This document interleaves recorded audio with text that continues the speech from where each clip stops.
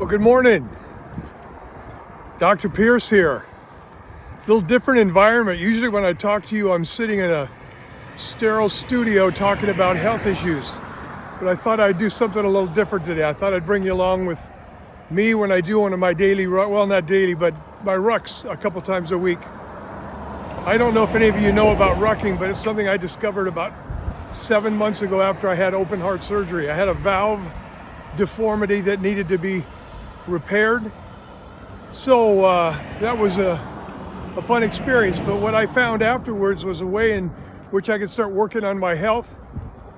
And it involved carrying some weight on my back, something called rucking. This is a discipline that was started by our troops, I think, back in Vietnam, even in my day where we carried heavy things around and had to go various places. Afghanistan the same way. These guys would carry 75 pounds, 100 pounds on their back and go do their jobs for us. Real heroes. Anyway, rucking for me has been pretty special.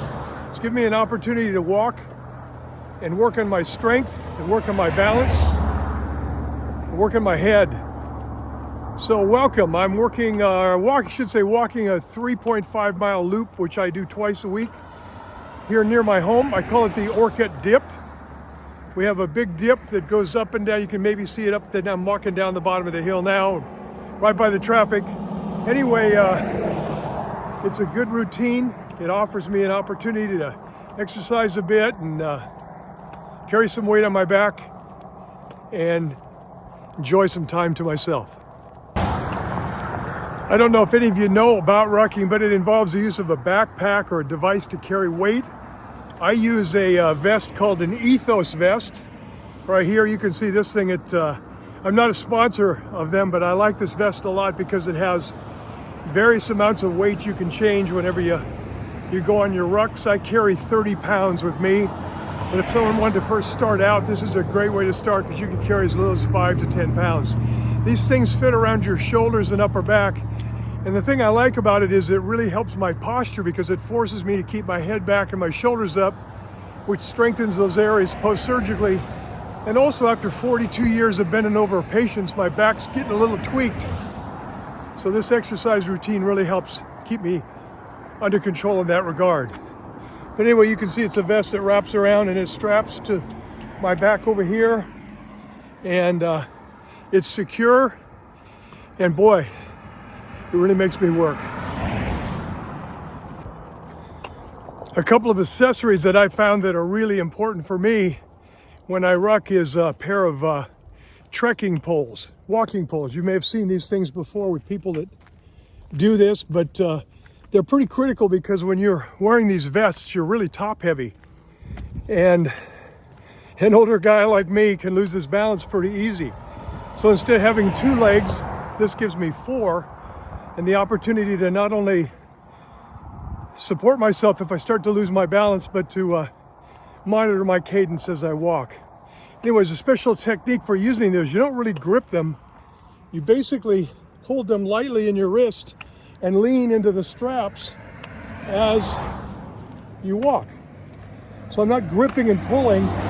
That would create a lot of tightness and fatigue in my upper back and shoulders. I'm basically just kind of moving them along, and they're there for stabilization, but not necessarily to force me along or to hold me upright. I'm a little out of breath now. I just came up the dip. What I try to do when I ruck is I try to maintain what they call zone 2 with my cardiovascular effort. Zone 2 is basically where I walk hard enough to feel myself breathing hard, but I should still be able to carry on a conversation like I am with you right now. That's perfect because I can sustain this level, which provides my cells and mitochondria in particular air or oxygen, which is necessary for them to create the ATP that I need to allow me to walk these longer distances. But zone 2 is where it's at when it comes to rucking. Now, if I want to push it, I've got a couple steep hills that I do here when I get into the mountains, and boy, my heart rate goes up then, and it's impossible for me to talk. But zone 2, I feel really good. I can walk a long way at that level. It's funny how when you walk, you have an opportunity to get your mind and your spirit and your soul to work a little bit. I use these chances to pray a little bit and to get my head right, maybe listen to some music, give me some thoughts for the day, be in gratitude for all that I have. And it's pretty amazing to know that simply exercising a little bit can open you up to that conduit that will connect you perhaps to your higher self. If you don't have the opportunity to do this regularly, I really encourage you to make walking, especially outdoors in the sunshine, part of your regular weekly habit. It sure makes my day. This is kind of an idea of the part of the hill. I don't know if you can see it or not, but way down there's a big dip that goes way down, a real steep hill down and steep hill up. It gets my heart rate up, and then I walk up this long boulevard here, and over that hill is a series of, I don't want to call them mountains, but small hills with trails all over the place, and it really offers us an opportunity to get out in the kind of the boondocks and walk and enjoy. Anyway, this is what we call the Bradley Dip, and lots of people use this to walk. You know, I gotta say, I'm really privileged. After spending 42 years in practice, working 50, wow, sometimes 60 hours a week, I never had an opportunity to really consistently work on things like this, exercise and health. I preach about that stuff all the time on my YouTube channel and Facebook, but I'm really getting a chance to live the life now, and it's really special. I continue to still work a couple half days a week, but I have an opportunity to get out and do a lot of things. I work on Mondays and Wednesdays, and I train at the gym 4 days a week, mostly doing heavy resistance exercises, which I've really enjoyed doing my whole life. I also play golf 2 days a week, where I walk 18 holes when I play, and then I ruck on Wednesdays and Saturdays. And I get to put a lot of miles in that way.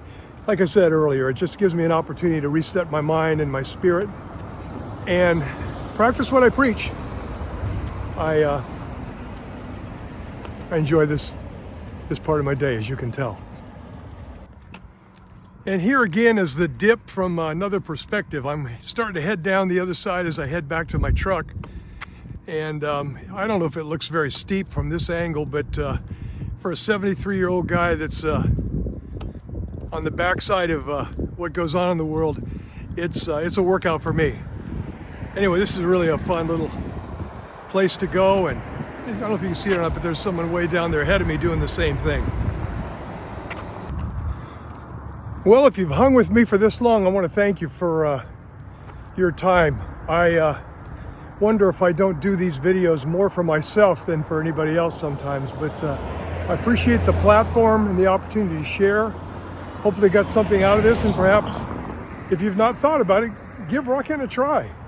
Just take some walks, get some walking posts, walking canes, work on your technique, get into zone 2, enjoy the opportunity to feel the sunshine on your face and the exercise benefits. This was maybe just a silly thing to do, but I enjoyed the break in the action. God bless each of you. Appreciate you all and the opportunity that we have to enjoy life together. Go out and make a difference in someone's life today. Have a good day.